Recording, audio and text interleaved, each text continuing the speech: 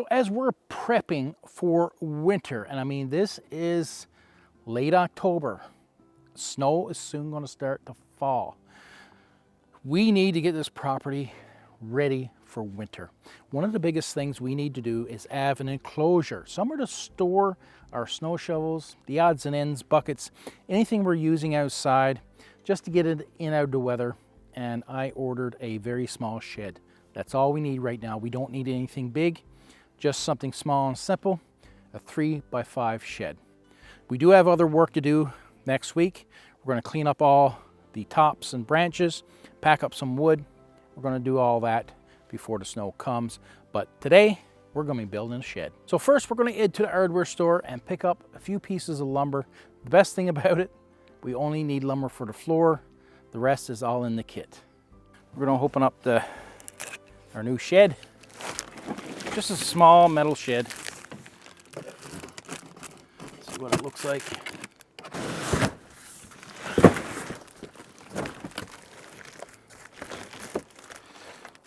So we're going to measure out a couple pieces 3 feet, a couple pieces 5 feet. This is 2x6, so we're going to have a very sturdy floor. We're also going to board it over with some pressure treated decking. So it's not the project itself that takes time, it's all those little things that interferes with you doing the project.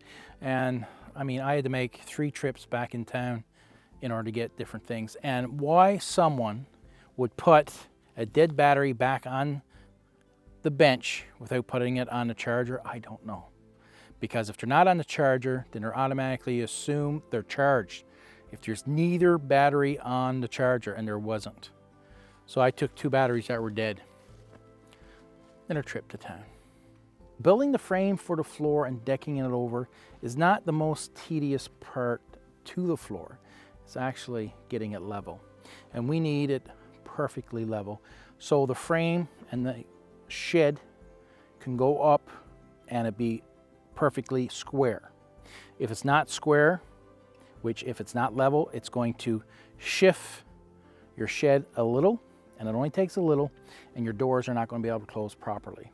So we need the floor to be absolutely perfect.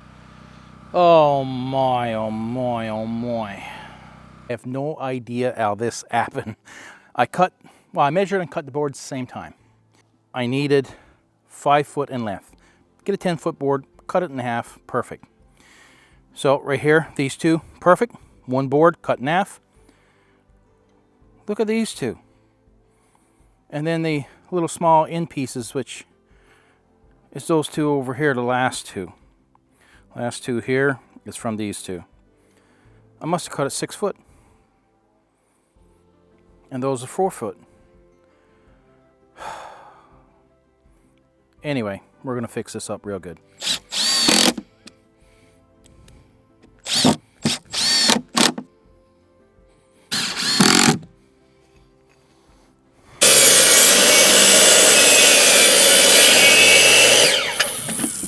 Not too bad. So the number 1 goes there, like that, and that. Right? Makes sense?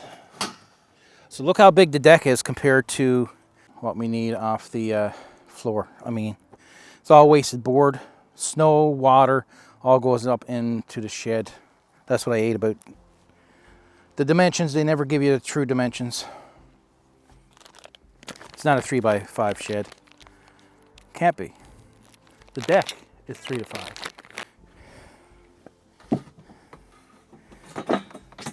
So this is the challenge here now, is getting this square, right?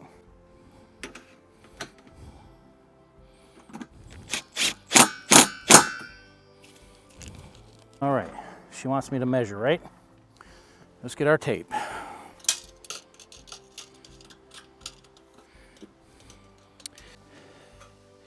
$61.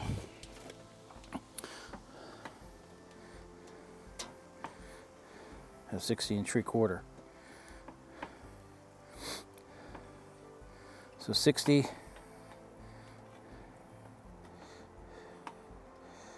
60 and a half.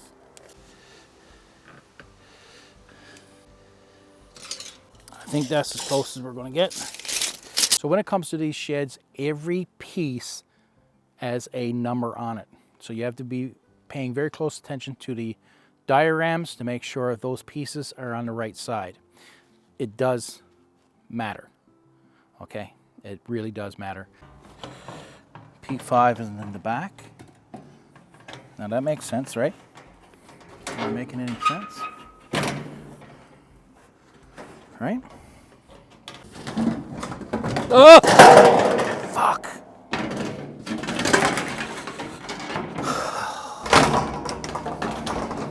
Actually putting up this shed, it doesn't take long. There's not a lot of pieces to it, but there's a lot of screws. And a lot of times the pieces will overlap. Almost every time it will overlap. And that gives it more strength to the structure. And if you put those bolts in, if you put those screws in those specific areas, you're gonna take them back out. And I did that a lot, but another reason why I did it, because I was doing it alone, I needed that extra strength and help prevent it from twisting. So a lot of times I had to put those extra bolts in there just to give it that strength. And then I removed it as I put another piece on top that overlapped. Sometimes you got to do that.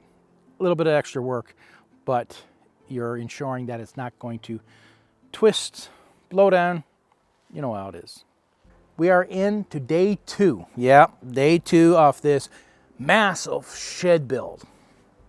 Why did it take 2 days? Well, of course, yesterday morning we had trouble with building the floor, cut the boards too short. Dead batteries, that's 2 trips back into town. And yesterday evening, late yesterday evening, I had my regular bi-weekly Zoom meeting. And it's myself and other creators from around the world. We get together every 2 weeks for almost the last 2 years, and we discuss issues that we're having, also look for advice, and we're definitely there for support. And we also have our chat set up daily, weekly. We're there for each other, and we've been doing it for almost 2 years. So by the time that meeting was over, we were well into the dark, but that's okay. Day 2, here we go. We just got to put up the doors, finishing touches on top. Now the inside, this is pretty sturdy, but for our winters, this roof, I'm going to reinforce it with some lumber, some 2x4 around the frame, and also support the top with 2x4 as well, so that it can withstand our winters. Don't want to damage it the first winter, and then once it's kinked, it looks horrible. So we got to reinforce it, make sure it stays in one piece during our tough winters. So here we go for our wonderful door build and also the trim.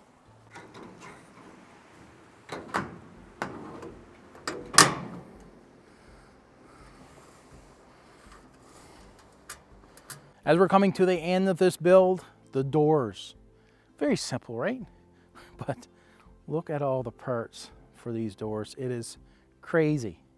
So there's a lot of screws, a lot of bolts that has to go into each one of these doors. So it's going to take us some time to get it completed, but we're also going to reinforce the doors once they're up with some 2x4 as well. We're just using this for cosmetic, that's it. Not for security, not for strength. We're going to do that all on the inside with some 2x4. The main thing is get a nice looking shed. Don't have to worry about it leaking. Don't have to worry about painting it, put siding on it, put shingles on it. It's done for us. We just now have to focus on strengthening the structure from the inside. And that's exactly what we're going to do. So we're done. Beautiful shed. Not too big. I will have bigger structures here on the property eventually. But right now, I just need somewhere to, if I got a bucket, if a shovel, just stick it in out the weather. Just for the little things around the garden, instead of having it out in the weather, I can always stick it in there. A snow shovel, just basic things. So it's perfect for that. I'm going to reinforce it and add shelves up higher. Then on one side, like I said, for your shovels and things like that. So it's pretty neat. Didn't want anything too big. This is the perfect size. We still got a lot of work to do on the outside, even before we go to the inside of the camper. Because when it gets colder and wetter, I don't mind being inside doing the work that got to be done. We got blinds put on all the windows. We got a fireplace to set up. We got so much to do inside. It's going to be awesome. The outside, we got to pack up this wood next week. Going to bring some pallets here so we can get the wood off the ground, can start drying. We have a lot of blowdowns, a lot of dry wood. We're going to be using that for the winter for our boil ups right back there in the woods. Go for a ride on snowmobile, come back and have a nice boil up. We also got to cut down a few more trees, not many, just a few, that's kind of leaning, and we're in fear that it may fall in the camper over the winter. So there's still a lot of work to do, a lot of great work to do. There's always going to be work to do on this property, a lot of great content coming. And if you enjoyed this video and you've never seen the video, the move to the property, when we moved the camper right here, go check out this video. And we'll see you in our next video.